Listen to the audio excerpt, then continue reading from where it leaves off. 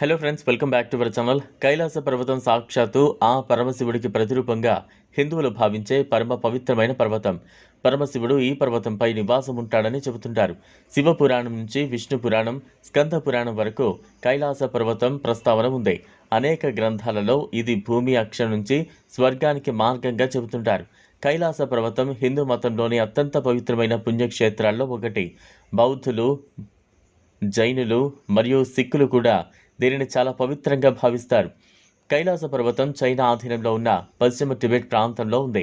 ఇది China Tibet సరిహద్దు నుంచి దాదాపు 100 కిలోమీటర్ల దూరంలో ఉంది. ఇది 6,656 మీటర్లు అంటే 21,778 అడుగుల ఎత్తైన శిఖరం. అంటే ఎవరెస్ట్ పర్వతం కంటే చిన్నది. అయితే ఇప్పటివరకు ఏ వ్యక్తి కూడా కైలాస పర్వతాన్ని అధిరోహించలేకపోయాడు. టిబెట్లోని ప్రసిద్ధ కథనాల ప్రకారం బౌద్ధ సన్యాసి మిలరేపా మాత్రమే కైలాస పర్వతంపైకి చేరుకున్నారు. చాలామంది అధిరోహకులు కైలాస పర్వతంపైకి ఎక్కడానికి ప్రయత్నించారు, కానీ వారు విఫలమయ్యారు.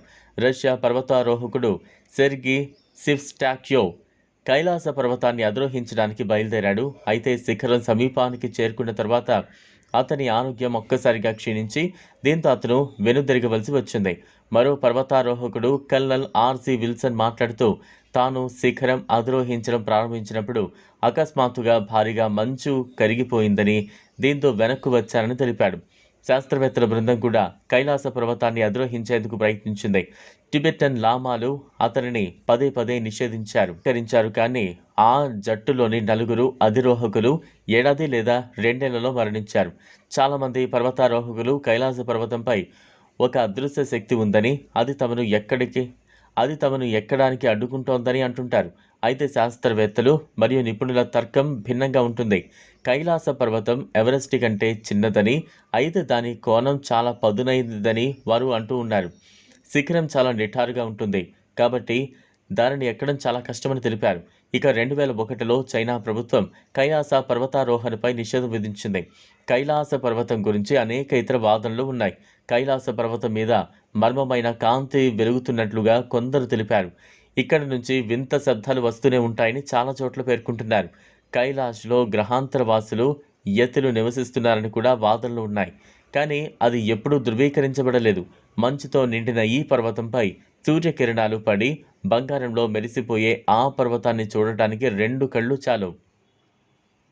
అందంతో పాటు ఆధ్యాత్మికతను కలిగించే ఈ పర్వతం గురించి ఎన్నో రహస్యాలు నేటికి అలానే ఉన్నాయి. కైలాస పర్వతం దగ్గర మానస సరోవర్, రాక్షస తాల్ అనే 2 అందమైన సరస్సులు ఉంటాయి. మానస సరోవరం 14,950 అడుగుల ఎత్తులో ఉంటుంది. ఇది ప్రపంచంలోనే ఎత్తైన మంచినీటి సరస్సుగా పేరొందింది. ఈ పర్వత యాత్ర నుంచి తిరిగి వచ్చే వారి చేతిగోళ్లు, జుట్టు కొన్ని మిల్లీమీటర్లు పెరగడం ఆశ్చర్యాన్ని కలిగిస్తుంది.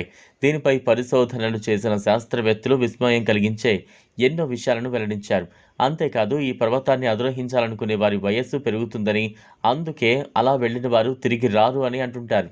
ఈ వీడియో మీకు నచ్చినట్లయితే లైక్ చేయండి, షేర్ చేయండి, ఛానల్ను సబ్స్క్రైబ్ చేసుకోండి. Thanks for watching.